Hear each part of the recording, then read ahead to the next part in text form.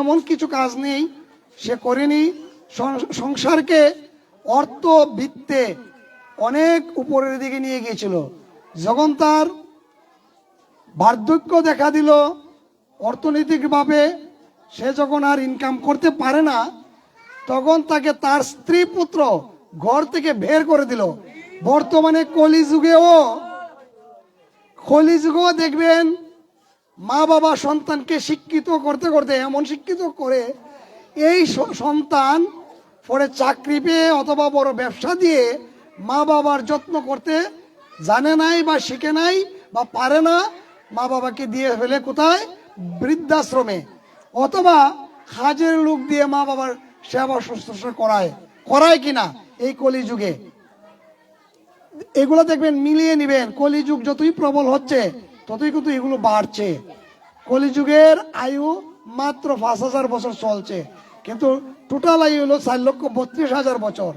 কিন্তু সেই সময়টায় কি হবে আমরা কেউই বলতে পারি না। এখনই যে রূপ আমরা দেখতেছি। যাই হোক, এই সমাধি বৈশার সুরত রাজা বনে ঘুরতে ঘুরতে গিয়ে আশ্রয় পেলেন কোথায়? পেলেন গিয়ে মেধস মুনির আশ্রমে।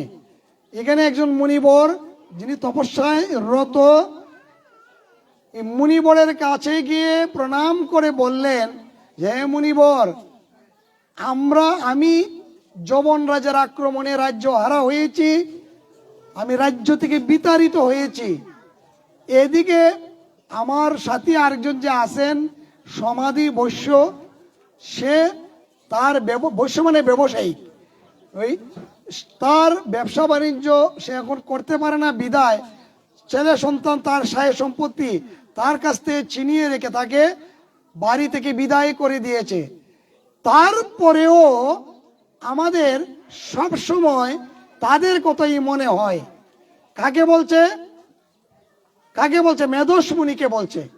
মেধস মুনিকে বলছেন সুরত রাজা সমাধি নামক বৈশ্য, যা আমরা এত কষ্ট পেয়েছি তাদের কাছ থেকে, আর আমি যুদ্ধে রাজ্য হারা হয়েছি। হরি বল। এখন মনে হয় আমার এটা চলবে, সাউন্ড একটু বড় হবে। এটা চালিয়ে দাও, এই সাউন্ড স্পিকারটা চালিয়ে দাও। হরি বল, স্পিকারটা চালিয়ে দাও, ডিজে চালিয়ে দাও তোমাদের। আর এটা রাইখে দেন অফ করে, পরে যদি আবার কারেন্ট চলে যায় আবার মামা খুলেন এটা। রাধে রাধে। এটার পরিচালক কে? শোনো না তোমরা?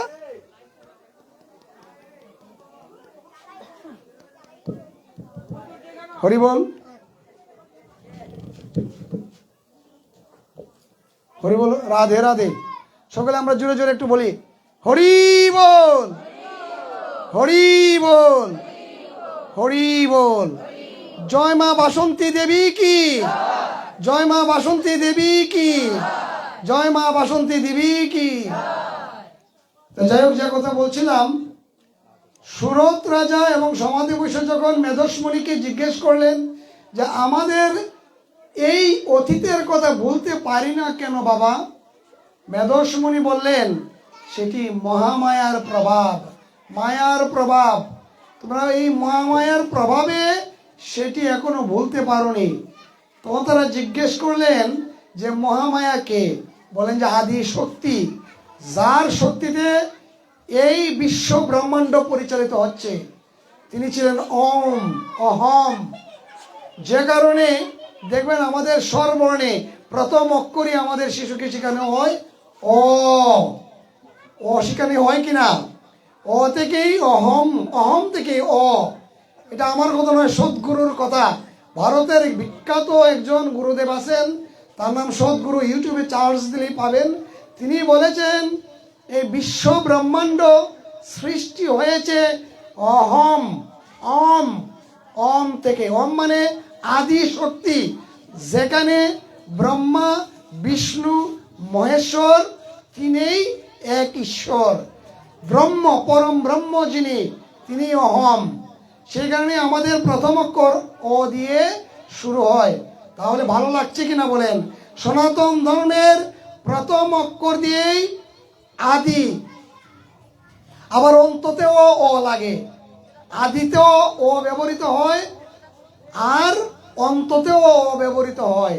তাহলে আদি এবং অন্ত মধ্যে আমরা সকলেই, অর্থাৎ আদিতেও সনাতন ধর্ম, অন্তেও থাকবে সনাতন ধর্ম। এটা আমার কথা নয়, শাস্ত্রের কথা। সনাতন ধর্ম শাশ্বত, চিরন্তন, অতীতেও ছিল, বর্তমানেও চলমান, ভবিষ্যতেও চলমান।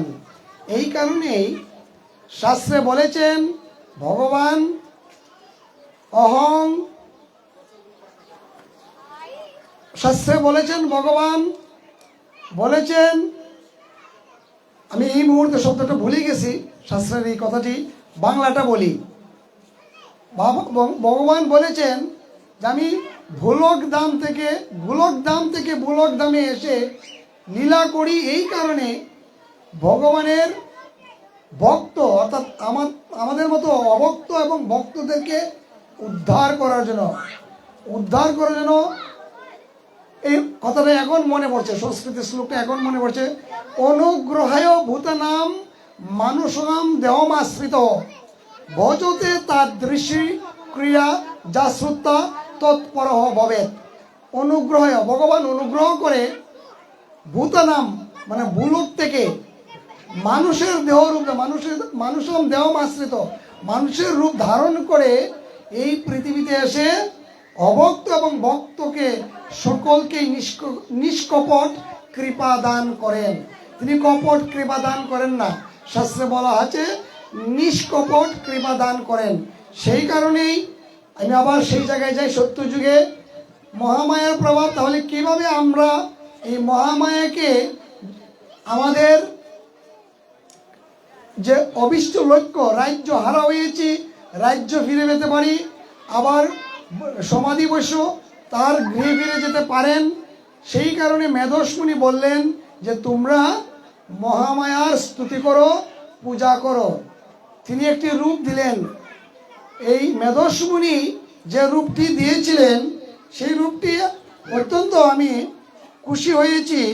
মহামায়া সংসদের যারা কার্ডটি ছাপিয়েছেন, এই রূপটি ছিল আদি রূপ, যদিও কিছুটা পরিবর্তিত, তবে বেদে এবং উপনিষদে এই মহামায়ার এই আদি রূপটাই আমরা দেখতে পাই।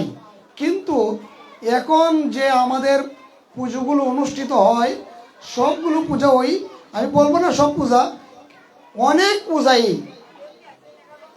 তামসিক পূজায় রূপ লাভ করেছে। হরিবল, তামসিক পূজায় রূপ লাভ করেছে।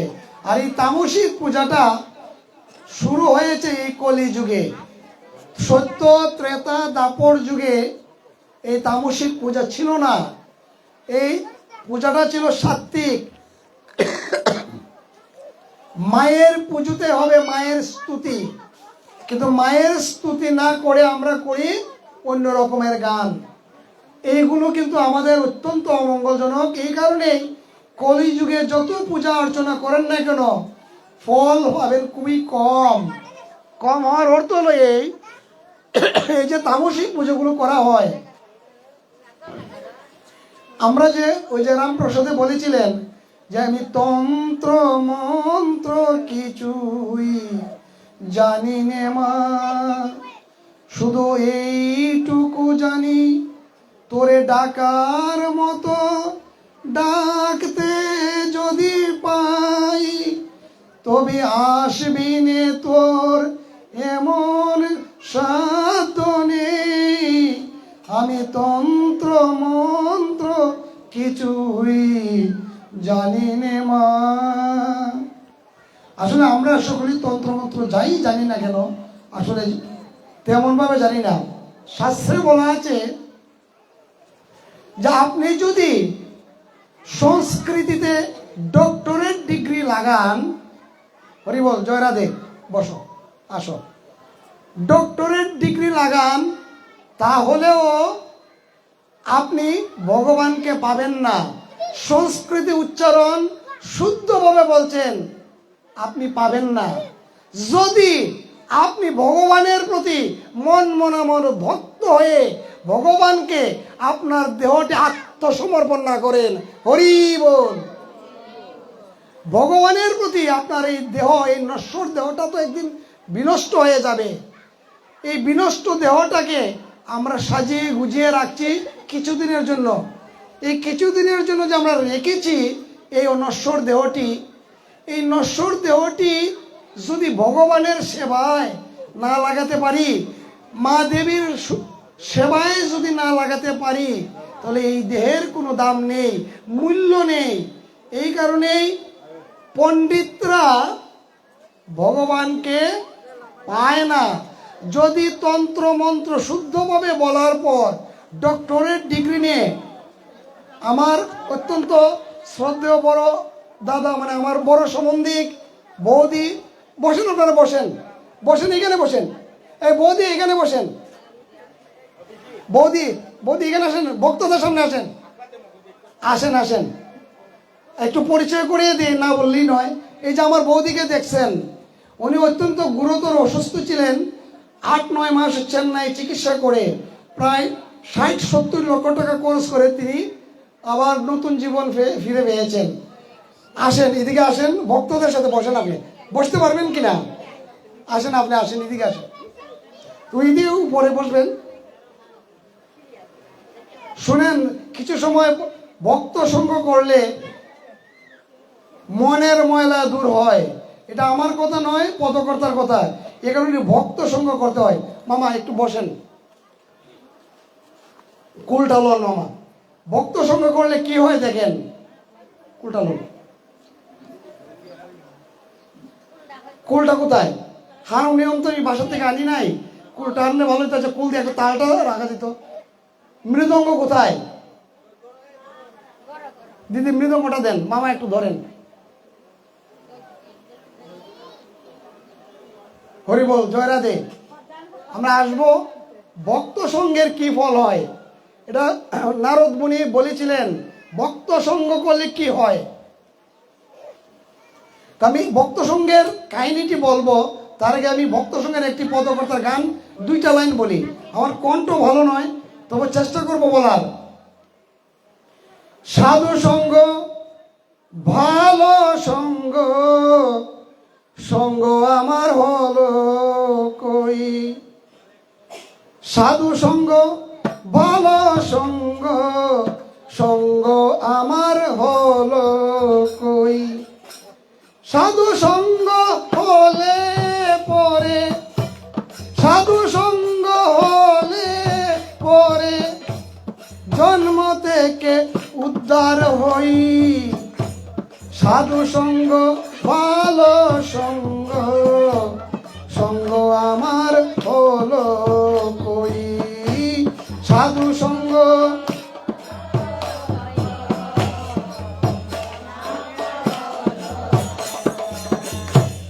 লালন বলে গেল বেলা, জপি আমি নামের মালা।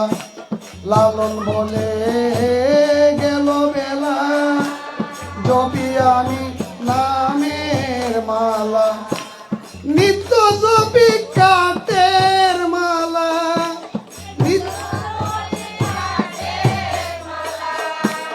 নিত্য জপি কাঠের মালা।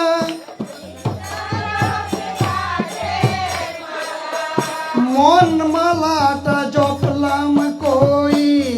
সাধু সঙ্গ ভালো সঙ্গ, সঙ্গ আমার হলো কই। সাধু সঙ্গ ভালো সঙ্গ, সঙ্গ আমার হলো কই। গীতায় 8ম অধ্যায়ে ভগবান বলেছেন, যদি সাধু সঙ্গ করা যায় তাহলে কি ফল হয়, আর সাধু সঙ্গ যদি না করো, এই যে ভক্ত সঙ্গ যদি না করো কি হয়। বলেছেন ভগবান অর্জুনকে, আ ব্রহ্ম ভুবনা লুক্কা পুনরাবর্তিন অর্জুন মামু পত্য তু কন্তেও পুনর্জন্ম ন বিদ্যতে। বলছেন সাধু সঙ্গ যদি তুমি করো তাহলে আর তোমার পুনর্জন্ম হবে না। আমরা সকলেই চাই আমরা যেন মৃত্যুর পর একদিন তো আমাদের সকলকেই যেতে হবে, হয়তো কেউ আগে কেউ অথবা পড়ে। এই তো কিছুদিন আগে আমার ভাতিজা স্বর্গীয় বলবো এই কারণে, সদ্য প্রয়াত রজত সরকার, মা জীবিত, ছেলে চলে গিয়েছেন। আচ্ছা, সবচেয়ে বড় কষ্ট কি মা জানেন এই পৃথিবীতে? মায়ের আগে যদি সন্তান চলে যায়, এর চেয়ে বড় কষ্ট আর পৃথিবীতে নাই। সন্তান থাকবে, পিতামাতা চলে যাবে, এটাই তো জগতের নিয়ম। কিন্তু এই নিয়মের ব্যতিক্রম যখন ঘটে, তখনই তো আমাদের ভগবানকে প্রশ্ন রেখেছিলেন যে প্রভু, ভক্ত সঙ্গ করলে কি হয়? ভক্ত সঙ্গ করলে কি? দূরে গিয়ে দেখো, সেখানে একটি চড়ুই পাখি খেলা করছে, তাকে কি জিজ্ঞেস করো ভক্ত সঙ্গ করলে কি হয়।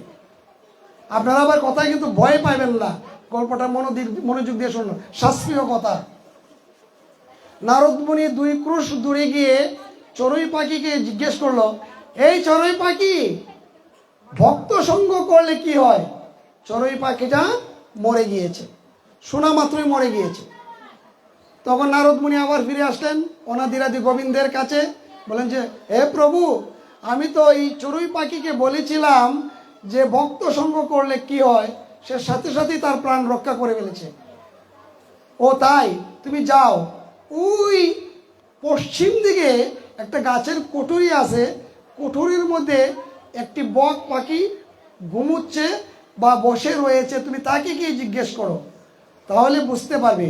নারদ মুনি যথারীতি ওই বক পাখিকে গিয়ে জিজ্ঞেস করলো যে বক, ভক্ত সঙ্গ করলে কি হয়? বকটি শোনা মাত্রই তার প্রাণটি চলে গিয়েছে। আবার নারদ মুনি ফিরে আসলেন কোথায়?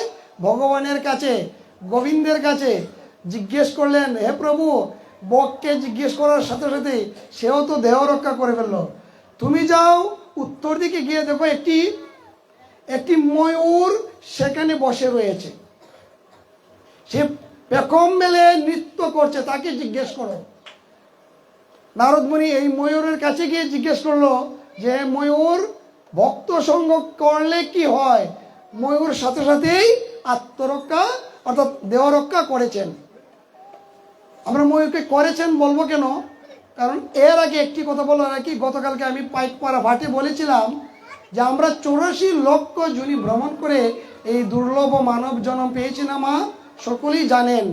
তো দুর্লভ মানব জন্ম যে পেয়েছি 84 লক্ষ যোনি ভ্রমণ করে, কোথায় কোথায় ভ্রমণ করেছি সেই জিনিসগুলো জানেন। কেচর মানে কি? আকাশে যারা চলাচল করে, পশু পাখি, পক্ষীকুলে ছিলাম আমরা। এরপরে আসলাম ভূচর, মানে মাটিতে বিভিন্ন প্রজাতির বিভিন্ন প্রাণী হিসেবে। আবার আছে জলচর, জলের মধ্যে বিভিন্ন রকমের কোটি কোটি প্রাণী আছে, এটা আমরা অনেকেই অনেক নাম জানি না। তাহলে কেচরের মধ্যে কে? ময়ূর, অর্থাৎ পাখিদের মধ্যে ময়ূর কুল হইল শেষ কুল। ওই কুলে জন্ম হওয়ার পরে সে যখন মৃত্যুবরণ করে, পরবর্তী জন্মই সে মানব কুল পায়। রাধে রাধে। কেন জানেন মানব কুল পায়? ময়ূরের পাখা কৃষ্ণের চূড়ায় লাগে কিনা, গোবিন্দের সেবায় লাগে কিনা? ময়ূরের পাখাটা গোবিন্দের সেবায় লাগে বিদায়ী সে মানব কুল পায়। কথাটা একটু মনে রাখবেন এই কারণে যে আমাদের এই দেহটা যদি গোবিন্দের সেবায় লাগাতে পারি, তাহলে আমরা পরবর্তী জন্মে, শাস্ত্রে বলা আছে, আপনি আবার মানব জন্ম পাবেন। রাধে রাধে। গোবিন্দের সেবা করার জন্য। আর পশুদের মধ্যে হলো গাভী।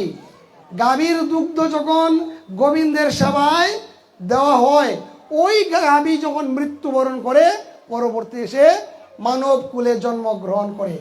আর বৃক্ষের মধ্যে হলো এই আমার সামনে আছে বৃন্দা দেবী তুলসী বৃক্ষ। এই বৃক্ষের পত্র যখন গোবিন্দের চরণে নিবেদিত হয়, তখন এই বৃক্ষের মৃত্যুর পর সে আবার মানব কুল পায়। এটা আমার কথা নয়, শাস্ত্রের কথা বলছিলাম, সেই জায়গার কথা। ময়ূর যখন রক্ষা করলেন, দেহ রক্ষা করলেন, আবার নারদ মুনি ভগবানের কাছে ফিরে এসে নারদ মুনি জিজ্ঞেস করলেন ভগবানকে, প্রভু, যে জায়গায় যাই, যাকেই জিজ্ঞেস করি যে ভক্ত সঙ্গ করলে কি হয়, তারাই দেহ রক্ষা করে ফেলে, তারা তাদের প্রাণ ত্যাগ করে ফেলে। এখন আমি কোথায় এর উত্তর পাবো? বললো যে যাও তুমি পূর্ব দিকে হিমালয়ের পাদদেশে একজন রাজা আছে, এই রাজার কাছে গিয়ে জিজ্ঞেস করো। রাজার একটি ছেলে হয়েছে, তার একটি মাত্র ছেলে, অনেক তপস্যার বলে একটি ছেলে সন্তান জন্মগ্রহণ করেছে, তাকে গিয়ে জিজ্ঞেস করো, এই একদিনের শিশুটিকে গিয়ে জিজ্ঞেস করো। নারদ মুনি বলছে প্রভু, আপনি তো আমাকে ভক্তের হাতের মানে উত্তমোদ্যম দেওয়ার একটা ব্যবস্থা করে দিয়েছেন, তারপরও ভগবানের আদেশ যেতে হবে। নারদ মুনি গিয়ে খুঁজলেন দুটি দরজা পাওয়া যায় কিনা।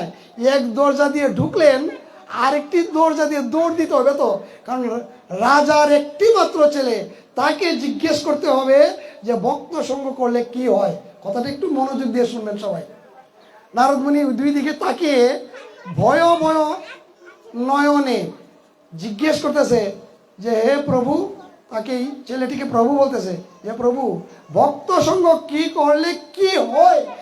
খোয়া মাত্র ওই নারদ মুনি চাচ্ছিল মানে দৌড় দিতে, এমন সময় ছেলেটি মুখ ফুটে বলল, নারদ মুনি তুমি দাঁড়াও, শুনে যাও ভক্ত সঙ্গ করলে কি হয়। আমি ছিলাম প্রথম জন্মে চড়ুই পাখি, আমি তোমার সঙ্গ পেয়েছি, তুমি ভগবানের পরম ভক্ত। নারদ মুনি পরম ভক্ত না? তোমার সঙ্গ পেয়ে আমি চড়ুই কুল থেকে উদ্ধার হয়েছি, আমি গিয়ে পৌঁছে গিয়েছি কোথায়? পরের জন্মটা কি বলছিলাম?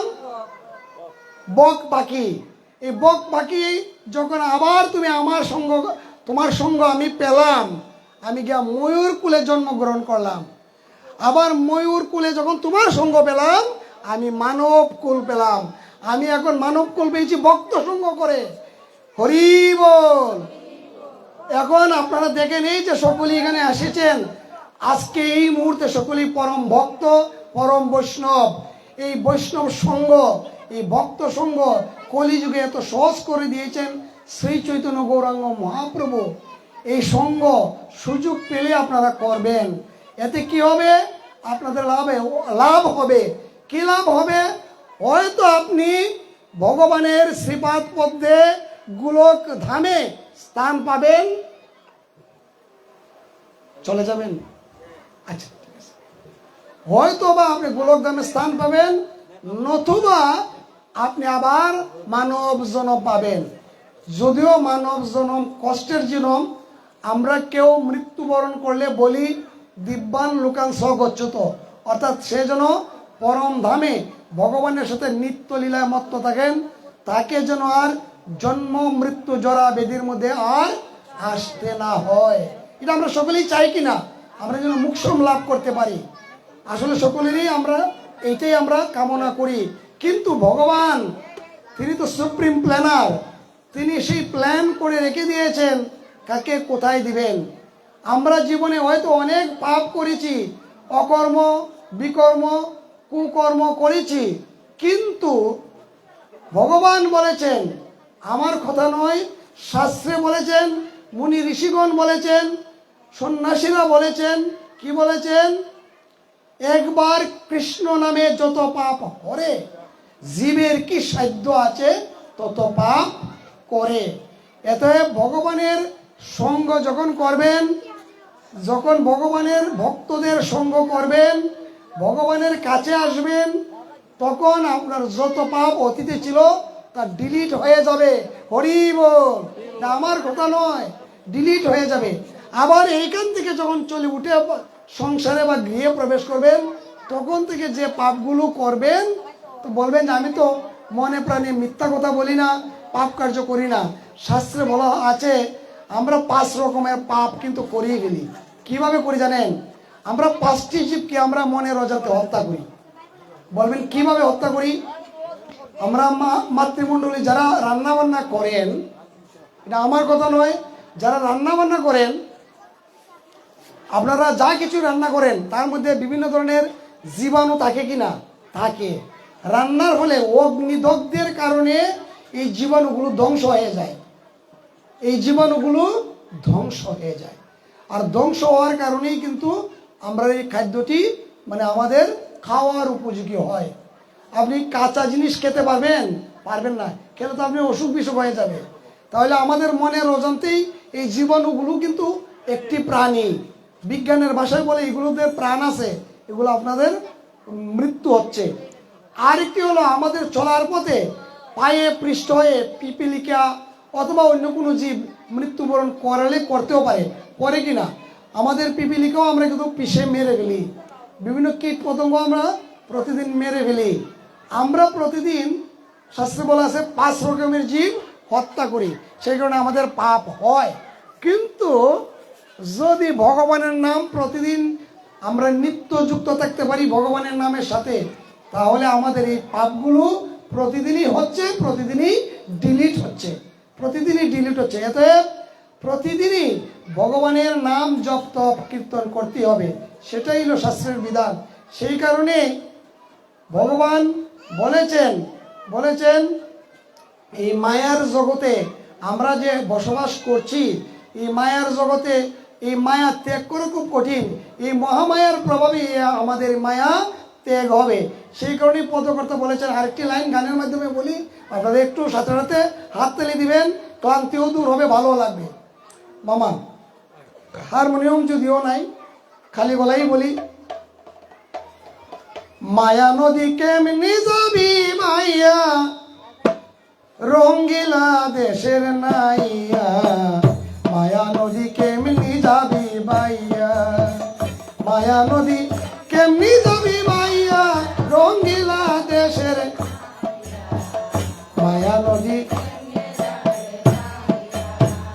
ও নাইয়া রে, অষ্টুইচি নদীর দিক, কাউস কাটা মাপে টিক, 4 আঙ্গুলে যাও না তরি ভাইয়া। এই তরিটা হলো আমাদের দেহ। ও নাইয়া রে, অষ্টুইচি নদীর দিক, কাউস কাটা মাপে টিক, 4 আঙ্গুলে যাও না তরি ভাইয়া। তুমি বেউসারে পারি দিলে রে নাইয়া, বেউসারে পারি দিলে রে নাইয়া, তোমার সব যাবে হারাইয়া, রঙ্গিলা দেশের নাইয়া, মায়া নদী কেমনি যাবি বাইয়া, ও নাইয়া, মায়া নদী কেমনি যাবি বাইয়া, মায়া নদী কেমনি যাবি বাইয়া, রঙ্গিলা দেশের নাইয়া, মায়া নদী ও নাইয়া রে। ওই না নদীর হুমার চুটে বাঁধ ভাঙ্গিয়া পানি ঢুকে, কত সাধুর বাগান গেল রে বাসিয়া।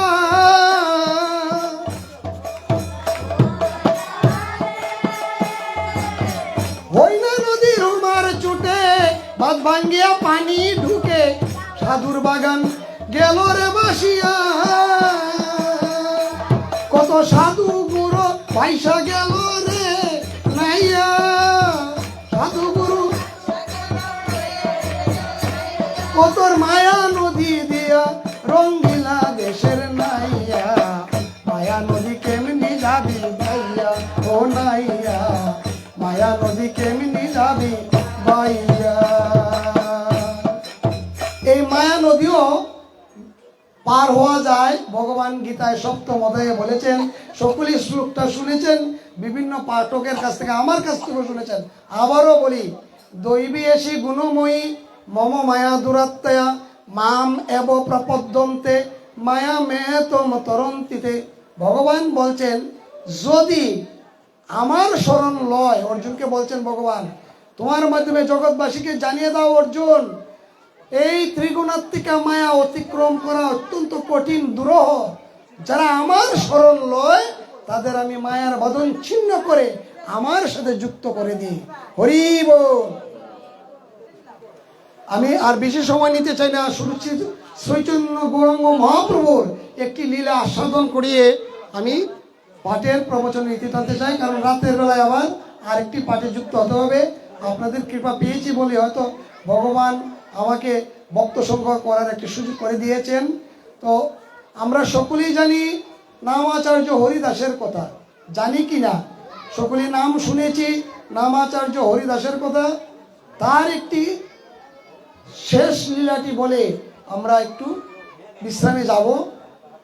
নামাচার্য হরিদাস ছিলেন যবন কুল থেকে এসেছিলেন নামাচার্য হরিদাস।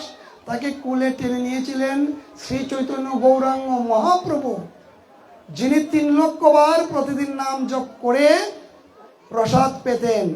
যেদিন 3 লক্ষ নাম জপ করতে না পারতেন তিনি সেদিন কিছুই গ্রহণ করতেন না।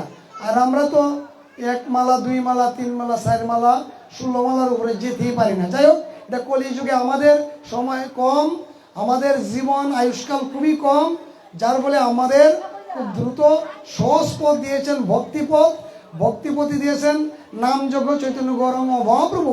হরিদাসের কথাটি একটু না বললে অতৃপ্তি থেকে যাবে আমার মনে হচ্ছে। যখন হরিদাস যখন কৃষ্ণ নাম জপ করতেন, 16 নাম 32 অক্ষর জপ করতেন, তখনকার সময়ে এই তল্লাটের মায়াপুরের যে প্রধান ছিলেন কাজী সাহেব এসে নিষেধ করলেন তার পাইক পেয়াদা দিয়ে যে হরিদাস হলো অন্য জাতের, আমি নামটি বললাম না, সকলেই জানেন, অন্য সম্প্রদায়ের। সে কৃষ্ণ নাম জপ করে, তাকে 22 বাজারে নিয়ে বেত্রাঘাত করা হোক এবং তার মৃত্যুদণ্ড কার্যকর করা হোক বেত্রাঘাত দিয়ে।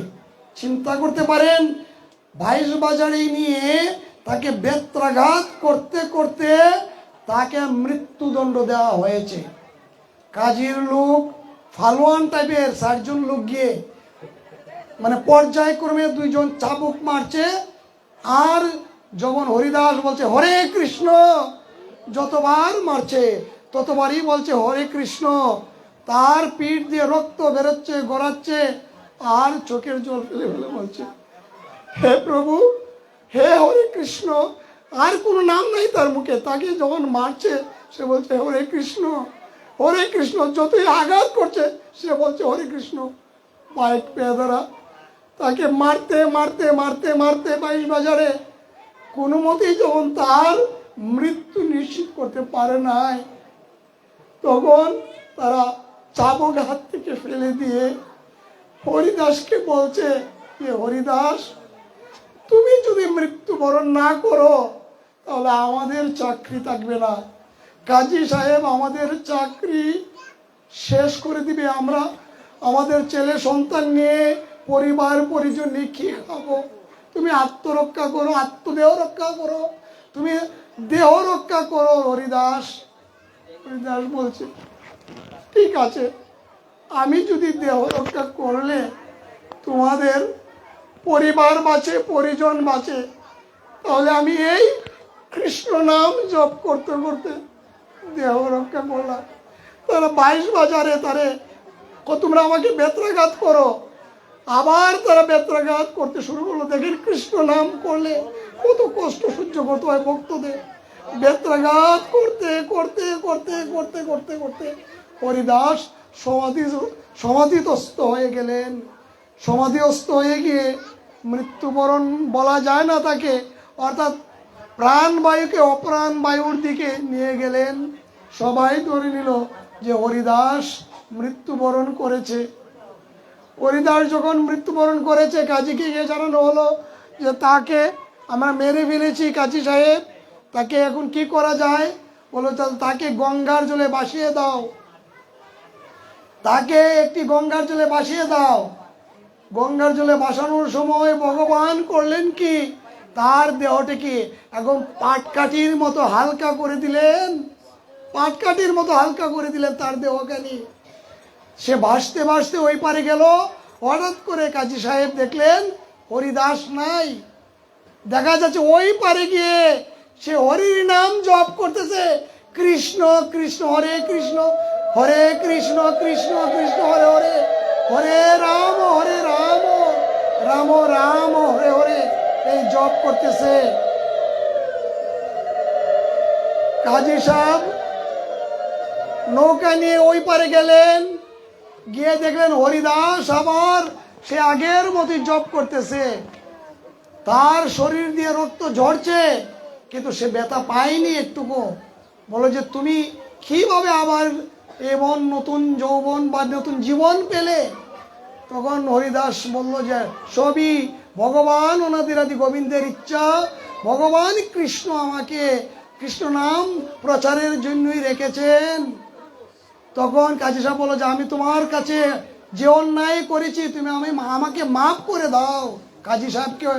কাজী সাহেব বললেন যখন হরিদাসকে, হরিদাস বলল যে আমার কথা একটি রাখতে হবে। সেই কথা হলো আপনি কখনো এই নবদ্বীপে তথা গোটা বাংলায় মহামন্ত্র যারা জপ করবে তাদেরকে আপনি নিষেধ করতে পারবেন না। আজকে হরিদাসের মাধ্যমে এই আমাদের সনাতন ধর্মের শ্রী চৈতন্য গৌরাঙ্গ মহাপ্রভু যে মহানাম দিয়ে গিয়েছেন সেই নাম প্রচারিত হচ্ছে। যদি গৌরাঙ্গ মহাপ্রভু এই কলিযুগে অবতীর্ণ না হতেন তো সনাতন ধর্ম যে কোথায় গিয়ে পৌঁছত আমরা কেউই জানি না। তাই আমি বলবো সকল ভক্তগণের উদ্দেশ্যে, হে ভক্তগণ, আমরা একটু মহামন্ত্র জপ করতে করতে আমরা গীতার প্রবচনের রীতি টানতে চাই। সকলে আমার সাথে হাত তুলে এই মহামন্ত্র জপ করুন, পরকালের টিকিট সংগ্রহ করুন। যে টিকিট বা করি দেখে আপনি বৈতরণী পার হতে পারবেন। হরে কৃষ্ণ কৃষ্ণ কৃষ্ণ হরে হরে, হরে রাম রাম রাম হরে হরে, হরে কৃষ্ণ কৃষ্ণ কৃষ্ণ হরে হরে, হরে রাম রাম রাম হরে হরে, হরে কৃষ্ণ কৃষ্ণ কৃষ্ণ হরে হরে, হরে রাম রাম রাম হরে হরে। সাধুগুরু বৈষ্ণবের চরণ তলে আমার ধন্যবাদ প্রণাম।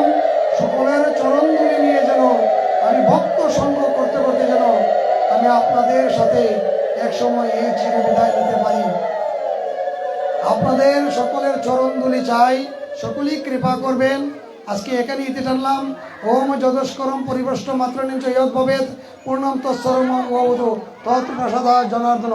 ওম গঙ্গা গীতা সাবিত্রী সীতা সত্তা পতিব্রতা ব্রহ্মবলী ব্রহ্মবিদ্যা ত্রিসন্ধ্যা মুক্তিগেহিনী অর্ধমত স্থিতানন্দ ভবগ্নি ভ্রান্তি নাশিনী বেদাত্রয় পরানন্দা তত্ত্বার্থ জ্ঞান মঞ্জুরি।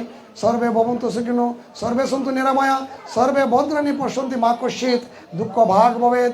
পৃথিবীর সকলের উপর শান্তি বর্ষিত। ওম শান্তি, ওম শান্তি শান্তি। জয় শ্রীকৃষ্ণ চৈতন্য প্রভু নিত্যানন্দ শ্রী অদ্বৈত গদাধর শ্রীবাসাদি গৌর ভক্তবৃন্দ।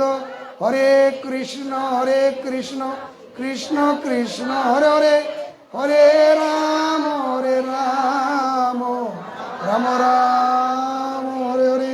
হরি ওম তৎসৎ।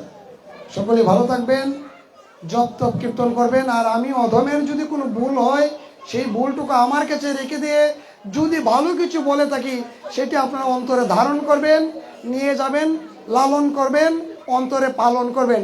সেই আশাবাদ ব্যক্ত রেখে আমি অধম